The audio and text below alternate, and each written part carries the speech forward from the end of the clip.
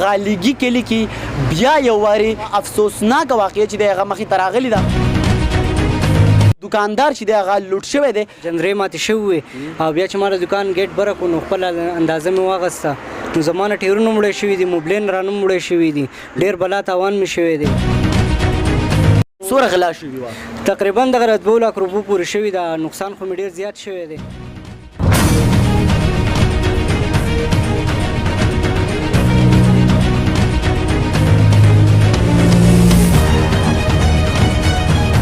بسم الله الرحمن الرحیم. قدرمندو کتونکو د جی جی اس نیوز د اړخ نه غفران الله ستاسو بدرانه خدمت کې حاضر یم. قدرمندو کتونکو په تحصیلي بریکوټ غالیګي کلی کې بیا یو واري بیا یو افسوسناک واقعه چې د هغه مخې ته راغلې ده. د غلا ډکیتۍ یو واقعه مخې ته راغلې ده. یو دکاندار چې د هغه لوټ شوی دی، دا واقعه چې دا کله راغلې ده، څومره پیسې د دوی نه لوټ شوي دي او دا څنګه راغلې ده، نور تفصیل به د دې دکان د مالک نه معلومو چې آیا دا څه صورتحال دی. مرګري د ټول ناول خو راته خپل تعارف وکړه، د دې دکان دا ځای دې هم ووایه او بیا راته ووایه چې دا وقوعه کله راغلې ده. بسم الله الرحمن الرحیم. زما خو سجاد نوم دی او د قمبر اوسیدونکی یم. د زیارت په ورځ باندې دا کار شوی په 15 تاریخ باندې، په 15 تاریخ باندې غلا شوې ده. زه ماښام چې زه د دې نه تلم دکان مې بند کړو او د 17 تاریخ باندې چې زه بیا رالم واپس دکان ته، د هفتې ورځ د جمعې ورځ زما چھوټي وه. په 17 تاریخ چې زه دکان ته رالم د دکان کیمرې ماتې جنرې ماتې شوي وې او بیا چې ما د دکان ګیټ بره کړو نو خپله اندازه مې واخیسته نو زما نه ټیرونه مړی شوي دي، موبلین رانه مړی شوي دي، ډېر بلا تاوان مې شوی دی.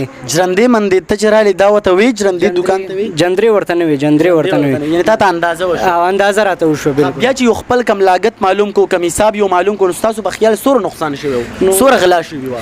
تقریبا دغه 2 لک روپو پورې شوي ده، نقصان خو مې ډېر زیات شوی دی. څه نقد پیسې میسې وړې وې؟ او نقد 13000 روپۍ د دراز نه د خسنې پیسې وې.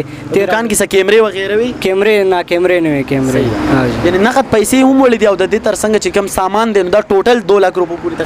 2 لک روپو پورې دی بالکل. او دې کې د وړ موبلین دي، کم ګران موبلین دي، ترین موبلین هغه یې رانه وړي دي، ټیرونه یې رانه د ګاډو ټیرونه دي هغه یې رانه وړي دي.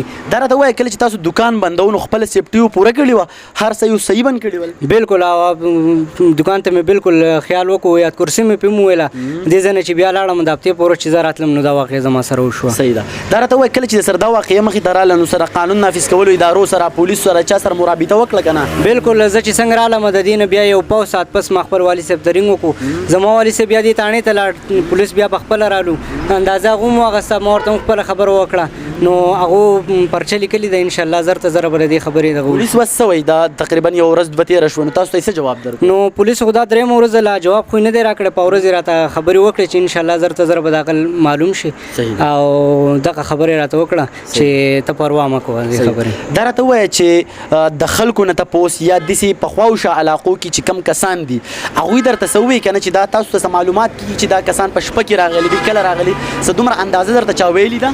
نه داسې راته بالکل چا څه نه دي ویلي. او پولیس وایي چې لکه تاسو کوشش تاسو هم کوئ مونږ به هم کوو. دغه پولیس راته د شپې تاسو څه ټایم تللي وی؟ د شپې تقریبا دغه 8:30 به وي، 8:30 به وي. بالکل صحیح ده.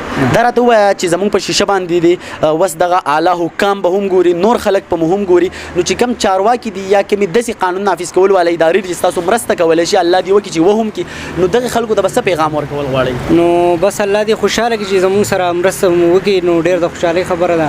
ځکه زما تاوان ډېر زیات شوی دی، غریبي ده، سشتم نو چې د بل طرفه مونږ له راشي دغه سهار راوځو ماسوتن دغه 10-11 پورې ډیوټي کوو، په هغې کې سړي سر دا کار وشي. نو قانون نافظ کول والا ادارو له به څه میسج ورکول غواړئ؟ نو هغو له خو دا میسج ورکوم چې زما په دې کار باندې دې ایکشن واخلي زر ته زره.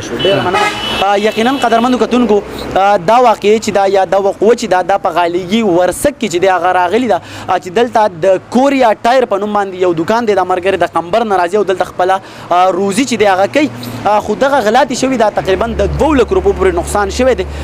نو هیڅ په هم ونه ویمه، خو په اخره کې به دغه خپلو ادارو ته یو پیغام ورکمه چې الحمدلله زمونږ ادارې ډېرې اکټیو دي او ډېره په ښه طریقه سره خپل کار کوي، خو که د دې غریب مرسته هم وکړي او دوی له هم د خپل تاوان چې دی هغه راپه ځای کړي نو دا به ډېره زیاته پیدمنه خبره او دغه هم د دعاګانو ډکه خبره وي. دا پروګرام هم په دې ځای باندې راغونډوم. تر دې یو بله پروګرام پورې الله د کیمرامین نظیم خان سره راکړه اجازت. په لوی الله مو سپارم، د تل پاتې.